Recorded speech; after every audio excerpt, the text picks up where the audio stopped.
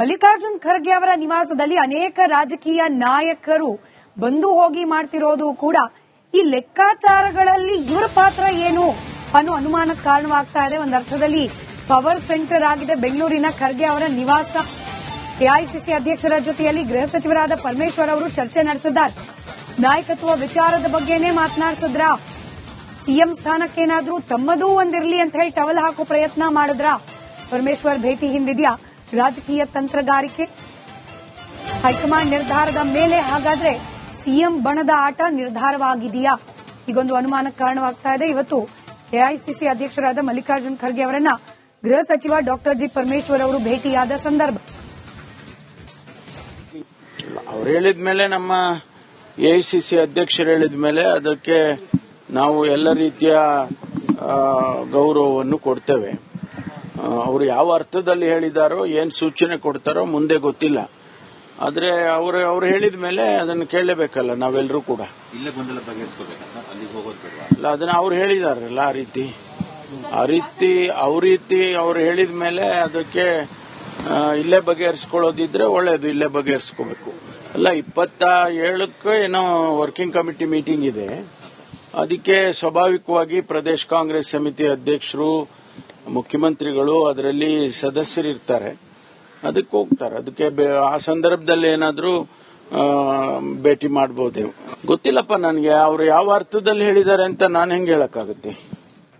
ಡೀಟೇಲ್ಸ್ನೊಂದಿಗೆ ನಮ್ಮ ಪ್ರತಿನಿಧಿ ಹನುಮಂತು ನೇರ ಸಂಪರ್ಕದಲ್ಲಿದ್ದಾರೆ. ಹನುಮಂತು, ಈ ವರ್ಕಿಂಗ್ ಕಮಿಟಿ ಸಭೆ ಅದರಲ್ಲಿ ಹೋಗ್ತಾರೆ 26, 27 ಅವಾಗೇನಾದ್ರೂ ಡಿಸ್ಕಸ್ ಆಗಬಹುದು ಅನ್ನೋ ಸೂಚನೆಯನ್ನ ಕೊಡ್ತಾನೆ ಪರಮೇಶ್ವರ್ ಅವರು ಎಐಸಿಸಿ ಅಧ್ಯಕ್ಷರನ್ನ ಭೇಟಿ ಆಗಿದ್ಯಾಕೆ ಅನ್ನೋ ಅನುಮಾನಕ್ಕೂ ಕೂಡ ಕಾರಣವಾಗ್ತಾ ಇದೆ.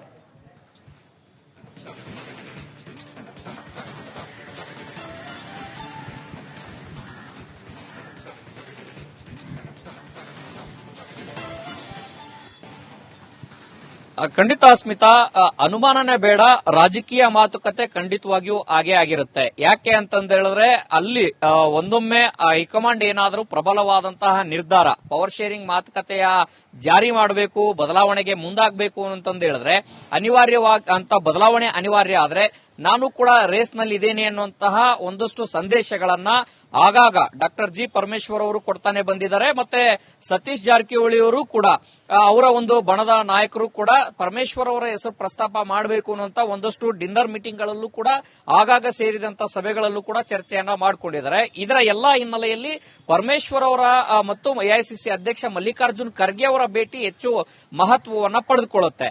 ಇಲ್ಲಿ ಯಾಕೆ ಅಂತಂದ ಹೇಳಿದ್ರೆ ಚಳಿಗಾಲದ ಅಧಿವೇಶನದ ಬಳಿಕ ಒಂದು ಸ್ಪಷ್ಟವಾದಂತಹ ನಿಲುವನ್ನ ಹೈಕಮಾಂಡ್ ತೆಗೆದುಕೊಳ್ಳುತ್ತೆ ಅನ್ನುವಂತ ಮಾತುಗಳು ಎರಡೂ ಬಣದಲ್ಲೂ ಕೇಳಿಬಂದಿತ್ತು. ಸಿದ್ದರಾಮಯ್ಯನವರ ಬಣದಲ್ಲಿ ಗುರುತಿಸಿಕೊಂಡಿರುವಂತಹ ನಾಯಕರು ಹೇಳ್ತಾ ಇದ್ದದ್ದು ಅದೇ ಮಾತು. ಅತ್ತ ಡಿಸಿಎಂ ಡಿಕೆ ಶಿವಕುಮಾರ್ ಅವರ ಬಣದಲ್ಲಿ ಗುರುತಿಸಿಕೊಂಡಿರುವಂತಹ ನಾಯಕರು ಕೂಡ ಹೇಳ್ತಾ ಇರುವಂತದ್ದು ಅದೇ ಮಾತು. ಆದ್ರೆ ಈಗ ಏಕಾಏಕಿಯಾಗಿ ಎಐಸಿಸಿ ಅಧ್ಯಕ್ಷ ಮಲ್ಲಿಕಾರ್ಜುನ್ ಖರ್ಗೆ ಅವರು ನಾಯಕತ್ವ ಬದಲಾವಣೆಯ ಗೊಂದಲ ಏನಿದೆ, ಆ ಗೊಂದಲ ರಾಜ್ಯವೇ ಬಗೆಹರಿಸಿಕೊಳ್ಬೇಕು, ರಾಜ್ಯದಲ್ಲಿ ಸೃಷ್ಟಿ ಆಗ್ತಾ ಇರುವಂತದ್ದು, ಅಲ್ಲಿ ಎಐಸಿಸಿ ಮಟ್ಟದಲ್ಲಿ ಯಾವುದೇ ರೀತಿಯ ಗೊಂದಲಗಳಿಲ್ಲ ಅನ್ನುವಂತ ಮಾತನ್ನ ಹೇಳಿಕೆ, ಅದಾದ ನಂತರದಲ್ಲಿ ಪರಮೇಶ್ವರ್ ಅವರ ಭೇಟಿ ಎಲ್ಲೋ ಒಂದ್ ಕಡೆಗೆ ರಾಜ್ಯದ ಸ್ಪಷ್ಟವಾದಂತಹ ಚಿತ್ರಣವನ್ನ ಎಐಸಿಸಿ ಅಧ್ಯಕ್ಷ ಮಲ್ಲಿಕಾರ್ಜುನ್ ಖರ್ಗೆ ಅವರಿಗೆ ಗೊತ್ತಿದ್ರೂ ಕೂಡ ಯಾವುದೇ ರೀತಿಯ ಒಂದು ನಿರ್ಧಾರವನ್ನ, ನಿಲುವನ್ನ ತೆಗೆದುಕೊಳ್ಳಲಿಕ್ಕೆ ಇನ್ನೂ ಕೂಡ ಆಗ್ತಾ ಇಲ್ಲ ಅನ್ನುವಂತ ಚರ್ಚೆಗಳು ಇರುವಂತಹ ಹೊತ್ತಿನಲ್ಲಿ ಅವರ ಪರಮೇಶ್ವರ್ ಅವರು ಮತ್ತು ಮಲ್ಲಿಕಾರ್ಜುನ್ ಖರ್ಗೆ ಅವರ ಭೇಟಿ ಮಹತ್ವವನ್ನು ಪಡೆದುಕೊಂಡಿದೆ. ಇದು ಒಂದು ಕಡೆಗೆ. ಮತ್ತೊಂದು ಕಡೆಗೆ ಮಲ್ಲಿಕಾರ್ಜುನ್ ಖರ್ಗೆ ಅವರಿಗೆ ಕೊಟ್ಟಂತಹ ಹೇಳಿಕೆ ಈಗ ಎರಡೂ ಬಣಗಳಲ್ಲೂ ಕೂಡ ಸಂಚಲನವನ್ನು ಮೂಡಿಸ್ತಾ ಇರುವಂತದ್ದು. ಒಂದು, ಪ್ರಮುಖವಾಗಿ ರಾಹುಲ್ ಗಾಂಧಿಯವರೇ ಎಲ್ಲವನ್ನೂ ನಿರ್ಧಾರವನ್ನ ಮಾಡಬೇಕಾಗಿರುವಂತಹ ಹಿನ್ನೆಲೆಯಲ್ಲಿ ಇಲ್ಲಿಯ ರಾಜಕೀಯ ವಿದ್ಯಮಾನಗಳು ಎಐಸಿಸಿ ಅಧ್ಯಕ್ಷರು ಬೆಂಗಳೂರಿಗೆ ಬಂದಂತಹ ಸಂದರ್ಭದಲ್ಲಿ ಯಾರೆಲ್ಲ ಅವರನ್ನ ಭೇಟಿ ಮಾಡ್ತಾರೆ, ಭೇಟಿ ಆದಂತಹ ಸಂದರ್ಭದಲ್ಲಿ ಏನೆಲ್ಲ ಮಾಹಿತಿ ಸಿಕ್ಕತ್ತೆ, ಆ ಮಾಹಿತಿಗಳನ್ನ ಅಲ್ಲಿ ರಾಹುಲ್ ಗಾಂಧಿ ಅವರಿಗಾಗಿರ್ಬೋದು, ಸೋನಿಯಾ ಗಾಂಧಿ ಅವರಿಗಾಗಿರ್ಬೋದು, ಮತ್ತೆ ಆ ಒಂದು ಕಮಿಟಿ ಸಿಡಬ್ಲ್ಯೂಸಿ ಮೀಟಿಂಗ್ ಅಲ್ಲಿ ಏನಿದೆ ಆ ಒಂದು ಸದಸ್ಯರುಗಳು ಮತ್ತೆ ಕೆಸಿ ವೇಣುಗೋಪಾಲ್ ಅವರ ಜೊತೆಗೆ ಚರ್ಚೆಯ ಸಂದರ್ಭದಲ್ಲೂ ಕೂಡ ಒಂದಷ್ಟು ಅನುಕೂಲಕರವಾಗಿರುತ್ತೆ ಅನ್ನುವಂತ ಮಾತುಗಳು ಇರುವಂತಹ ಹಿನ್ನೆಲೆಯಲ್ಲಿ ಮತ್ತೆ ಡಿಸಿಎಂ ಡಿಕೆ ಶಿವಕುಮಾರ್ ಅವರು ಪ್ರಬಲವಾಗಿ ಪ್ರಯತ್ನಗಳನ್ನ ಮಾಡ್ತಿರುವಂತಹ ಹೊತ್ತಿನಲ್ಲಿ ಡಿಸಿಎಂ ಸಿದ್ದರಾಮಯ್ಯನವರು ಕೂಡ ಈ ಕ್ಷಣದ ಚಳಿಗಾಲದ ಅಧಿವೇಶನದ ಪ್ರಾರಂಭದವರೆಗೂ ಕೂಡ ಸೈಲೆಂಟ್ ಆಗಿದ್ರು. ಸದನದಲ್ಲೇ ಯಾವಾಗ ಹೈಕಮಾಂಡ್ ನನ್ನ ಪ್ರಕಾರ ನನ್ನ ಪರವಾಗಿದೆ, ಹೈಕಮಾಂಡ್ ಹೇಳುವವರೆಗೂ ಕೂಡ ನಾನು ಮುಖ್ಯಮಂತ್ರಿ ಆಗಿರ್ತೇನೆ ಅನ್ನುವಂತ ಮಾತನ್ನ ಹೇಳಿದ್ರು. ಅದರಲ್ಲೂ ಕೂಡ ಸದನದಲ್ಲಿ ಹೇಳಿರುವಂತದ್ದು ಒಂದ್ ರೀತಿ ಅದು ದಾಖಲೀಕರಣ ಆಗುತ್ತೆ. ಅದರ ಜೊತೆಗೆ ಎರಡೂ ಬಣಗಳಲ್ಲೂ ಸಿದ್ದರಾಮಯ್ಯನವರ ಬಣದಲ್ಲಿ ಗುರುತಿಸಿಕೊಂಡು ಮಾಡಿರುವಂತಹ ಒಂದಷ್ಟು ನಾಯಕರಿಗೂ ಕೂಡ ಸ್ಪಷ್ಟವಾದಂತಹ ಸಂದೇಶ ರವಾನೆ ಆಯಿತು. ಮತ್ತೊಂದು ಕಡೆಗೆ ಡಿಸಿಎಂ ಡಿಕೆ ಶಿವಕುಮಾರ್ ಅವರು ಸೇರಿದಂತೆ ಅವರ ಬಣದಲ್ಲಿ ಇರುವಂತಹ ನಾಯಕರಿಗೂ ಕೂಡ ಒಂದು ಸಂದೇಶ ರವಾನೆ ಆಯಿತು. ಈ ರವಾನೆ ಆದ ನಂತರದಲ್ಲಿ ಎಐಸಿಸಿ ಅಧ್ಯಕ್ಷ ಮಲ್ಲಿಕಾರ್ಜುನ್ ಖರ್ಗೆ ಅವರನ್ನ ಪರಮೇಶ್ವರ್ ಅವರು ಭೇಟಿಯಾಗಿ ಒಂದಷ್ಟು ಚರ್ಚೆಗಳನ್ನ ಮಾಡಿರುವಂತದ್ದು ಈಗ ಎರಡೂ ಬಣದಲ್ಲೂ ಒಂದಷ್ಟು ಚರ್ಚೆಗೆ ಗ್ರಾಸವಾಗಿದೆ. ಸ್ಮಿತಾ, ದೆಹಲಿಗೆ ಹೋಗ್ಲಿಕ್ಕೆ ಸಿದ್ಧರಾಗ್ತಿದ್ದಾರೆ ಡಿಕೆ ಶಿವಕುಮಾರ್ ಅವರು. ಆದ್ರೆ ಹೋಗೇನ್ ಮಾಡ್ತಾರೆ? ಈ ಮುಖ್ಯಮಂತ್ರಿ ಕುರ್ಚಿ ವಿಚಾರಕ್ಕೆ ಸಂಬಂಧಪಟ್ಟಂತೆ ಅಂತೂ ಹೈಕಮಾಂಡ್ ನಾಯಕರಿಂದ ಯಾವುದೇ ಮೆಸೇಜ್ ದೆಹಲಿಯಲ್ಲಿ ಸಿಗೋ ಸಾಧ್ಯತೆಗಳು ಕಂಡು ಬರ್ತಾ ಇಲ್ಲ. ನೀವು ಇದ್ರ ಬಗ್ಗೆ ಮತ್ತಷ್ಟು ಮಾಹಿತಿಯೊಂದಿಗೆ ಹಾಗೆ ವಿಶ್ಲೇಷಣೆಯೊಂದಿಗೆ ಹಿರಿಯ ಪತ್ರಕರ್ತರು ರಾಜಕೀಯ ವಿಶ್ಲೇಷಕರಾದ ಸಮೀವುಲ್ಲಾ ಸರ್ ನಮ್ಮ ಜೊತೆಯಲ್ಲಿ ಕನೆಕ್ಟೆಡ್ ಇದ್ದಾರೆ. ದೆಹಲಿಗೇನು ಹೊರಟಿದ್ದಾರೆ ಡಿಕೆ ಶಿವಕುಮಾರ್ ಅವರು, ಬಟ್ ವಾಪಸ್ ಖಾಲಿ ಕೈಯಲ್ಲೇ ಬರೋದು ಬಹುತೇಕ ನಿಶ್ಚಿತ ಅಂತ ಅನ್ನಿಸ್ತಿದೆ ಸರ್. ಇವತ್ತಿನ ಸ್ಟೇಟ್ಮೆಂಟ್ಗಳು, ಡೆವಲಪ್ಮೆಂಟ್ ಗಳನ್ನ ಗಮನಿಸ್ತಾ ಇದ್ರೆ. ಹೌದು, ಅವರು CWC ಮೀಟಿಂಗಿಗೆ ಹೋಗ್ತೀನಿ ಅಂತ ಮೊದಲೇ ಹೇಳಿದ್ದಾರೆ. ನೀವು ನಿಮ್ಮ ರಿಪೋರ್ಟರ್ ಜೊತೆ ಮಾತಾಡ್ತಾ ಇದ್ದದನ್ನ ನಾನು ಕೇಳಿಸ್ಕೊಂಡೆ. ನನ್ನ ಮಾಹಿತಿ ಮೂಲಗಳು ಮತ್ತು ನನ್ನ ವಿಶ್ಲೇಷಣೆಯ ಪ್ರಕಾರ ಬಹುಶಃ ನಾನು ಎಐಸಿಸಿ ಅಧ್ಯಕ್ಷ ಮಲ್ಲಿಕಾರ್ಜುನ ಖರ್ಗೆ ಅವರನ್ನ ಭೇಟಿ ಮಾಡಿ ನಾಯಕತ್ವ ಬದಲಾವಣೆಯಂತಹ ವಿಚಾರಗಳು ಬಂದರೆ ನನ್ನನ್ನು ಕೂಡ ನೀವು ಕನ್ಸಿಡರ್ ಮಾಡಬೇಕು ಅನ್ನುವ ಮಾತನ್ನ ಖರ್ಗೆ ಅವರ ಮುಂದೆ ಡಾಕ್ಟರ್ ಜಿ ಪರಮೇಶ್ವರ್ ಅವರು ಹೇಳೋದ್ರ ಮೂಲಕ ಕರ್ನಾಟಕ ರಾಜ್ಯ ರಾಜಕಾರಣ ಇಂದು ಮತ್ತೊಂದು ಹೊಸ ತಿರುವನ್ನ ಪಡ್ಕೋತು ಅಂತ ನಾವು ಹೇಳುವುದೇನು. ಇದನ್ನ ಅಂದ್ರೆ ಅವರ ರಂಗಪ್ರವೇಶ ಮಾಡೋದ್ರ ಮೂಲಕ ಕರ್ನಾಟಕ ರಾಜ್ಯ ರಾಜಕಾರಣ ಮತ್ತೊಂದು ತಿರುವನ್ನ ಪಡ್ಕೋತು ಅಂತ. ಯಾಕೆ ಅಂತಂದ್ರೆ ಖರ್ಗೆ ಅವರ ಜೊತೆಗೆ ಮೊದಲು ಮುಖ್ಯಮಂತ್ರಿಗಳು ಭೇಟಿಯಾದಂತಹ ಸಂದರ್ಭದಲ್ಲಿ ದಲಿತ ಸಿಎಂ ವಿಚಾರವನ್ನ ಅವರು ಪ್ರಸ್ತಾಪ ಮಾಡಿದ್ರು ಮತ್ತು ಪರಮೇಶ್ವರ್ ಅವರ ಹೆಸರನ್ನೂ ಕೂಡ ಅವರು ಪ್ರಸ್ತಾಪವನ್ನ ಮಾಡಿದ್ರು. ನಾಯಕತ್ವ ಬದಲಾವಣೆಯಂತಹ ವಿಚಾರ ಅಂತಿಮ ಅನ್ಸುವ ಹಂತದಲ್ಲಿ ಇವರನ್ನ ನಾನು ಕನ್ಸಿಡರ್ ಮಾಡ್ತೀನಿ ಅಂತ. ಆ ಸಂದರ್ಭದಲ್ಲಿ ಇಲ್ಲ, ಅದು ಇರ್ಲಿ, ಅದು ಏನಿದ್ರು ಹೈಕಮಾಂಡ್ ಅವರು ಅಂತಿಮ ತೀರ್ಮಾನವನ್ನ ಕೈಗೊಳ್ತಾರೆ ಅನ್ನುವ ಮಾತನ್ನಷ್ಟೇ ಅಲ್ಲಿ ಖರ್ಗೆ ಅವರು ಸಿಎಂ ಅವರಿಗೆ ಹೇಳಿದ್ರು.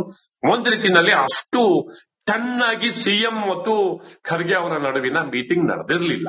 ಆ ಮೀಟಿಂಗು ಹೆಚ್ಚು ಸಿಎಂ ಜೊತೆಗೆ ಮೀಟಿಂಗ್ ನಡೆದಿದ್ದು ಎಐಸಿಸಿ ಜನರಲ್ ಸೆಕ್ರೆಟರಿ ಅವರ ಜೊತೆಗೆ. ಅವರು ರಾಹುಲ್ ಗಾಂಧಿ ಅವರ ಅಭಯ ನನ್ನ ಪರವಾಗಿ ಇದೆ ಅನ್ನೋದು ಸಿಎಂ ಪಾಳ್ಯದ ಒಂದು ಬಲವಾದ ನಂಬಿಕೆ.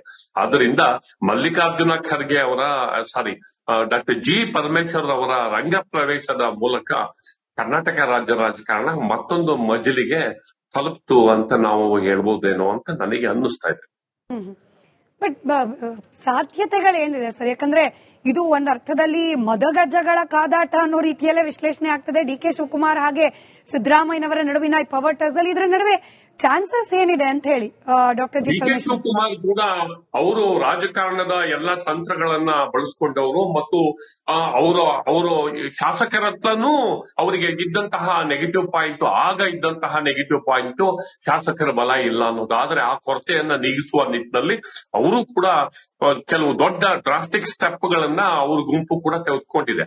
ಹೀಗಾಗಿ ಶಾಸಕರ ಬೆಂಬಲವನ್ನ ಕ್ರೋಢೀಕರಿಸಿಕೊಳ್ಳುವ ನಿಟ್ಟಿನಲ್ಲಿ ಅವರು ಕೂಡ ಪ್ರಯತ್ನವನ್ನ ಅವರು ಮಾಡಿದ್ದಾರೆ.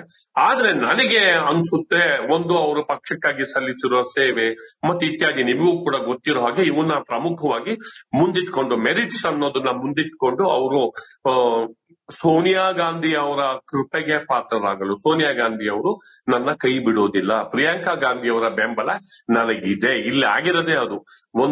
ಡಿಕೆ ಶಿವಕುಮಾರ್ ಅವರಿಗೆ ಸೋನಿಯಾ ಗಾಂಧಿ ಅವರ ಬೆಂಬಲ ಇರಬಹುದು, ಪ್ರಿಯಾಂಕಾ ಗಾಂಧಿ ಅವರ ಬೆಂಬಲ ಇರಬಹುದು, ಸುರ್ಜೇವಾಲಾ ಅವರ ಬೆಂಬಲ ಇರಬಹುದು, ಹಾಗೇನೆ ಮಲ್ಲಿಕಾರ್ಜುನ್ ಖರ್ಗೆ ಅವರ ಬೆಂಬಲ ಇರಬಹುದು, ಸಿದ್ದರಾಮಯ್ಯನವರಿಗೆ ವೇಣುಗೋಪಾಲ್, ರಾಹುಲ್ ಗಾಂಧಿ ಅವರ ಬೆಂಬಲ ಇರಬಹುದು. ಈ ಒಂದು ಚದುರಂಗದಲ್ಲಿ ಇಲ್ಲಿ ಯಾರ ಕೈ ಮೇಲಾಗುತ್ತೆ ಅಂತ ಖರ್ಗೆ ಅವರು ಏನ್ ಸ್ಟೇಟ್ಮೆಂಟ್ ಮಾಡಿದ್ರು ಕೂಡ ಹೈಕಮಾಂಡ್ ಇಂಟರ್ವ್ಯೂನ್ ಆಗ್ಲೇಬೇಕು, ಖರ್ಗೆ ಅವರು ಇಂಟರ್ವ್ಯೂನ್ ಆಗ್ಲೇಬೇಕು, ಅವ್ರು ಕರೆದು ಬಿಟ್ಟು ಅವ್ರು ಮಾತಾಡಿಸ್ಲೇಬೇಕು. ಮಾತಾಡಿಸದೆ ಹೊರತು ತೀರ್ಮಾನ ಆಗೋದಿಲ್ಲ. ಆ ಮಾತಾಡಿಸಿದ್ರು ವಿಳಂಬ ಆದಷ್ಟು ಕಾಂಗ್ರೆಸ್ ಪಕ್ಷಕ್ಕೆ ರಾಜ್ಯ ಮಟ್ಟದಲ್ಲಿ ಮತ್ತು ರಾಷ್ಟ್ರ ಮಟ್ಟದಲ್ಲಿ ಹಾನಿ ಆಗೇ ಆಗುತ್ತೆ. ಇದು ಹೈಕಮಾಂಡ್ ಅವರು ತಿಳ್ಕೊಳ್ಬೇಕಾದಂತಹ ವಿಚಾರ. ರೈಟ್ ಸರ್, ಧನ್ಯವಾದ ಸಮೀವುಲ್ಲಾ ಸರ್, ಇಷ್ಟೊತ್ತು ನಮ್ಮ ಜೊತೆಯಲ್ಲಿ ಕನೆಕ್ಟೆಡ್ ಇದ್ದದಕ್ಕೆ.